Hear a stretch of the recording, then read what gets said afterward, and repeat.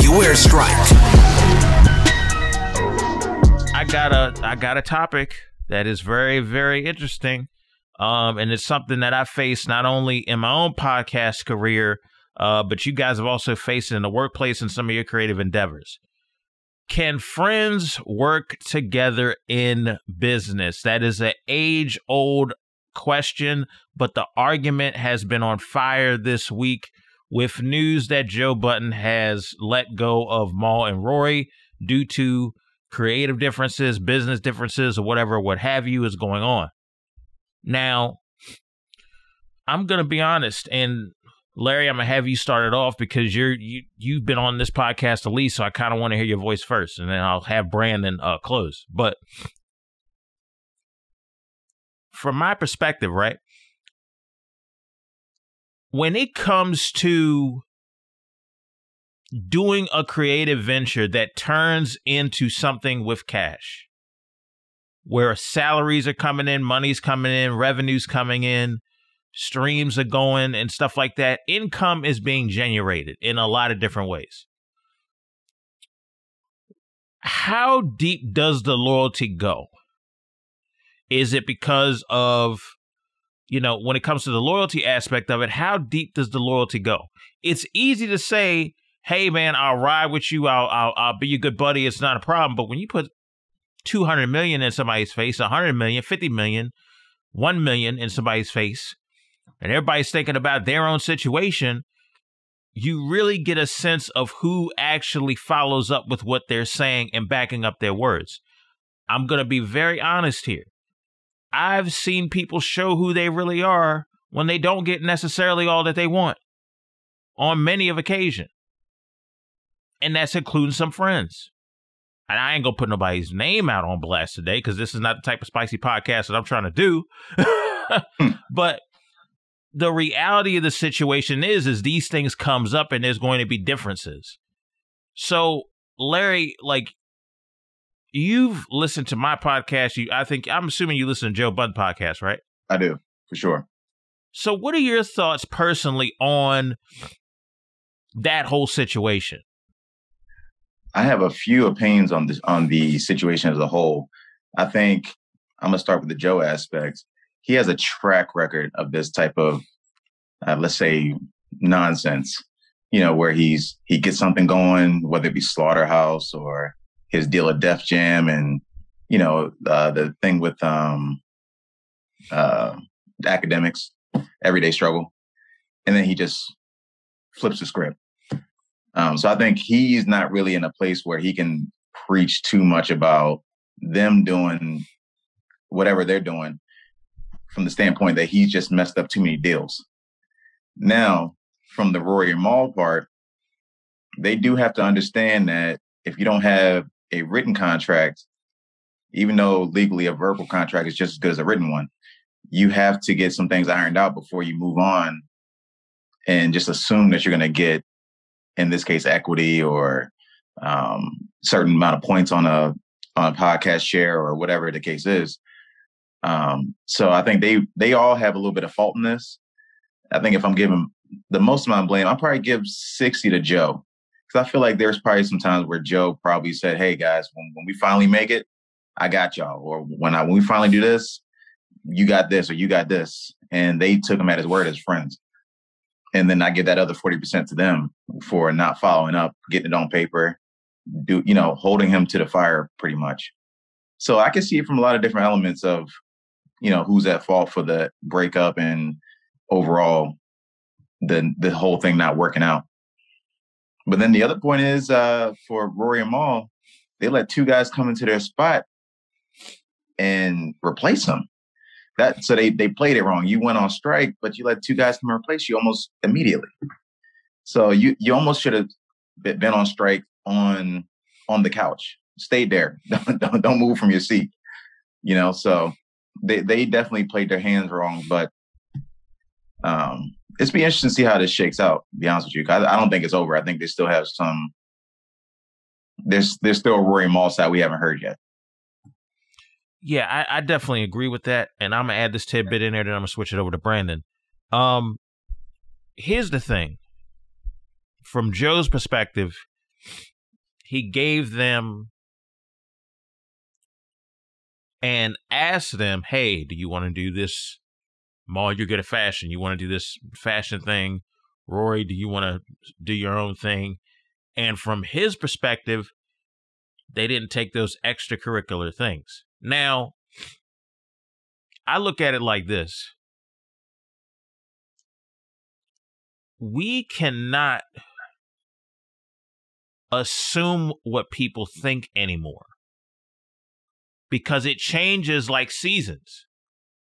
They can say this 1 month, they can say this a couple months from now, 3 months from now, 6 months from now, it'd be something totally different.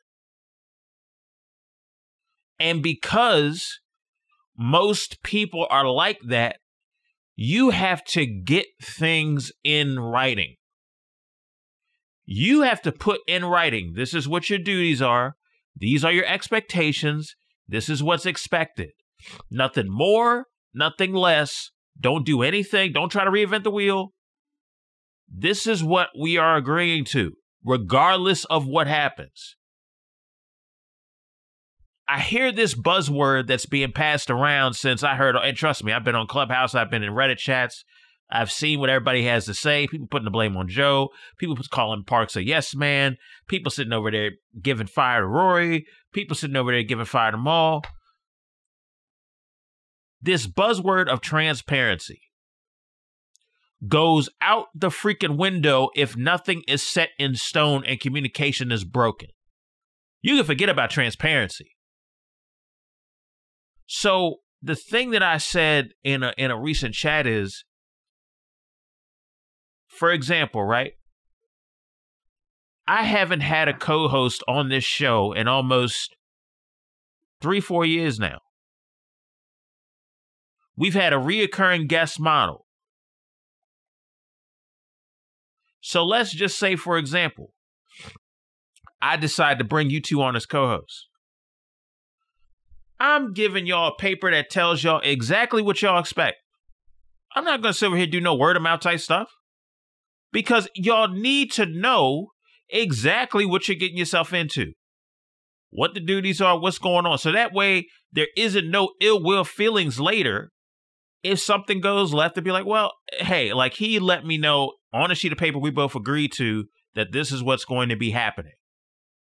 And then if there's a certain term that ends with that agreement, then what you could also do is renegotiate. As long as the stuff is communicated and on an actual documented piece of paper, it'll save a lot of headache. Brandon, what's your thoughts? I think it's like this. I think when you're doing business with friends, family, whatever, you got to keep in mind there's two types of business. One's service and the other one's product. If you're selling somebody a car, selling somebody a house, selling something like that, you automatically do the paperwork. I mean, I think that's interesting. You would talk about the paperwork with stuff, because if you're selling, once something has a certain amount of value and you are selling it to someone, you have to fill out this paperwork. Somebody has to take ownership. I can't just give you a car with no paperwork, you know? So paperwork's important. Now, in terms of this situation, the creative arts with friends, starting an endeavor, I think put the renegotiation in the contract. Like if we get X number of followers, X number of subscriptions, X number of whatever, then we can renegotiate our previous deal. I think that's very important because you never know where something's going to go, how it's going to be. Joe Budden. Sorry about that. Joe Budden, I thought he had a couple points, though. Number one, it was his show. Number two, he was bringing in the sponsors and stuff like that. If your name is attached to it and you have more value to the show, if it's your show, then other people need to recognize they can be replaced. I mean, this is the world we live in. If it's your music album, you can choose somebody else to be on a certain part. If it's your film you're directing, you can choose different people. You always have that creative control. Now, when it's a split endeavor or something to that effect, that needs to be written out. Like if it's your show, Everett, there's no way you're going to be all right with not having control over the show to a certain extent. Damn right. I mean, it's just that simple. And like we're talking about the creative arts, but this is on a bigger scale. This is almost any company. I was thinking about this with it. Your boss or whoever's paying you, it doesn't necessarily need to be your boss. It could be your client. They're paying you for a job and they want you to be focused on that job. They don't want you. Now, you can do that job and somebody might see the way you work and somebody else might offer you another job. This is funny. This is not funny. This is actually very real. Somebody might see you, Everett and I working on Larry's job and say, you know what? I really like that guy, Brandon. I want to hire him. Well, you know what? That's down the road. Then if I'm in business with Everett for like years or we have a contract together, I might have a thing where I got to tell Everett, hey, this guy over here, he's offering me X number of dollars. Now, if Everett says, yeah, go get your money, he's got to understand that could come up as a conflict of interest with you. And I think this is where the problem is. There's a big conflict of interest because these other people are on Joe Budden's show. They say they have other opportunities, and nobody, I don't know, I think it's an ego trip. I don't really work like this, but if somebody's paying you and you're on their show, it's almost like, or you're on their label or whatever. It's like they want to control how much. They never want you making more money than the label. They never want you worth more money than the label. I mean, this is a theme in history. I mean, the only one that wasn't really, the only one I really liked the way he carried himself with it is Master P. I like the way Dre carried himself and him, but I don't know from the outside looking in, I said. But like, look at Jay-Z and Dame Dash. It got to a point where Jay-Z was worth more money than Dame Dash, and that became a problem. It's a reoccurring problem, even if the paperwork's there, because as your value increases, you want to know what's out there. Now, the problem is television shows. This is a big thing with actors. Sometimes an actor will be on a television show and their value increases and they say, you know what, I'm ready to make that skip to movies. But sometimes it doesn't work out. And, then it really there's a lot to it, so you got to be careful. Sometimes it's better to deal with strangers because then you're watching them and they're watching you. And sometimes it's better to work with friends because if you can really trust your friend, then they're watching your back and you're watching their back. You're a team. But even with strangers or friends, it does come down to teamwork. And I mean, Joe Budden's a talented man, but he's a solo act. In my opinion, I remember when he was rapping, he was a solo act. You got to remember that. Yeah, I definitely think that when it comes to Joe Budden and what he brings to the table, he can make stuff very interesting and hot. His brand has been, this man's been very open of putting his trial and tribulations out there. And when he goes through certain things, the world knows about it. Or should I say the hip hop community as a whole knows about it, whether he was a rapper, podcaster, or a TV personality. We know about Joe inside and out. Now, he got a lot of energy. Yeah, he does. And he keeps, and the one thing, say what you want about Joe, his voice and how he articulates stuff keeps you tuning into what he does. Yeah. He's not DJ Khaled level of like rapid positivity annoyance. Like that's a skill to do that. Right. That's a skill to do that. Like to be that positive, but to keep like positivity. It's obnoxious, but it works because it's so rapid. But Joe's talent is different where if he's upset about something, there's one side of Joe. If he's chill about something, it's portrayed in a side where it's almost, okay, we're getting chill, Joe. I can get with this. He knows the timing. He comes from a keep it real generation. That's a big deal there. Yeah, well, he keeps it from not only a keep it real generation, but from a y'all think y'all have it bad now. Back then, there were a couple moments where I was getting my head blown. I could have got my head blown off, and here's how it happened. Like, he openly talks about this stuff. So that's what keeps him going. And let's be honest, I'm not taking a dig at these guys. Did I think these guys had contributed a great deal? Absolutely. I think the chemistry that those four gentlemen made together, and then Parks adding himself on the mic, I think it was great chemistry. However, I do think that before the Joe Budden podcast, we didn't really know who Rory was. We didn't really know who Maul was. We got a chance to get to know these personalities. So now, if you look at the equity and leverage before they got on that podcast and after, I say they're in a pretty good spot. They can't run and do a whole nother podcast venture because there may be a lawsuit brewing from Joe's end based on contract that Joe was talking about. But so let me ask you this, you guys as professionals, what do you guys think their splits were? How do you think they were compensated? You think it was a profit thing? Do you think it's just a salary? What do you guys think it was? Like splitting profits, or like a base salary? My guess is they had a base salary and they had incentives for some type of bonus. Oh. And according to some of the stuff that I was reading about, like Joe had told them, you bring money in, you bring sponsors in, you can get a cut of that, and everybody acts like it's all Joe Budden's money, and it might be, I don't know, but normally something like that, money goes to the company, and then from the company people get paid, and then people get incentives, and somebody that brings in sponsors, they get a cut of that, normally. And most anything. So the one layer I think I may have not made, I think we may have overlooked. What do you guys think about the network? So I think where Rory's coming from, if it's a like a incentive based thing or a profit based thing, Joe Budden's building a network currently, and he's putting these other podcasts on his network. So I think Rory and Maul might be looking at it like, hey, are you building these other podcasts off our backs, or are we going to lose any skin off of us for these podcasts, or are we sharing in those profits? Like, I think there's a little bit more to it with the network involved now that he's, added that layer to it.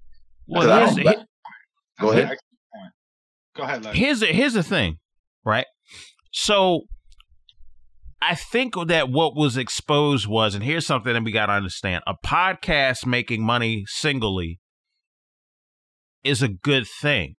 But if let's say you got a network that's got 5 podcasts that's doing the numbers that Joe Rogan is doing, that Joe Budden is doing, that, name another good podcast, Charlamagne the God, Bill Simmons. If you got 5 of those type of podcasts on your network, you are going to get triple digit, like $100 million plus deals because of the numbers that it's bringing in to somebody's platform. That's what a network can do. Joe is seeing this and being like, okay, but if I can find, I have Girl, I Guess, I have this other show, I have ours. If I can look and search and look around for a couple of podcasts that's pulling in those same numbers, why do you think Charlamagne, who's been podcasting for years, is partnering with iHeartRadio to do the Black Effect network? They're 50-50. Him and iHeartRadio are 50-50 partners because they understand that a network potentially is going to generate more money than one podcast. One podcast has been proven to do well. That's true. But, for example, Barstool Sports. Look at the number of podcasts they got. If Dave Portnoy decided, I'm going to sell the podcast division of Barstool Sports as is, that's a multi-million-dollar deal because of the numbers that each and every single podcast under that brand is making by themselves. And now they're part of the network too. So Joe understands that, and that's what he's doing. Now, I'll say this. I don't know how those splits are looking. I don't know if he's thinking, if we make the network hot and the network get big, you guys can almost be like executives under me, and you guys can get a bigger cut that way. That may be what he was thinking, but I'm not sure. I don't pocket watch people, so I don't know. And I think that's the layer that's going to come out down the road, where we're going to figure out, I guess, who's right per se, who's wrong per se. I think obviously contracts are contracts, but there's still some morality to some of how we're looking at this, from even though I know you're supposed to separate your feelings from business. We all understand that, but there's, like you said, that friendship level, and, they built this as friends, and now you're building a network. So I guess we'll see how this shakes out from that standpoint.